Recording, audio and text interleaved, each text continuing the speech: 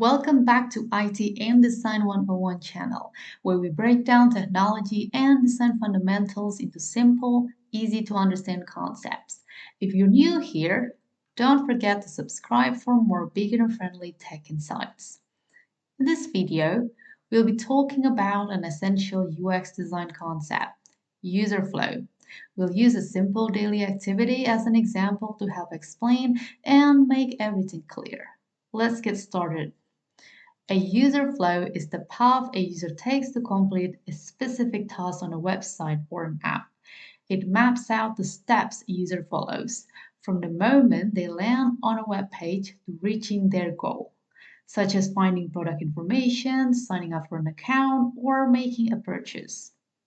User flows help designers plan and organize the structure of a website or an app, ensuring that users can easily navigate and complete their desired actions without frustration. To make it simple, let's think about a real world example.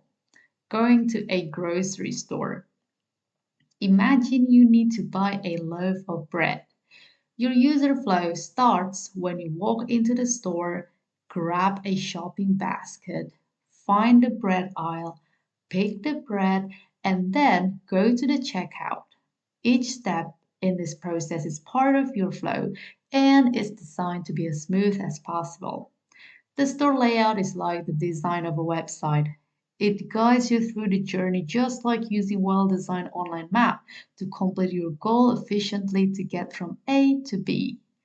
A well-designed user flow ensures that users can quickly find what they're looking for and complete tasks without confusion or unnecessary steps.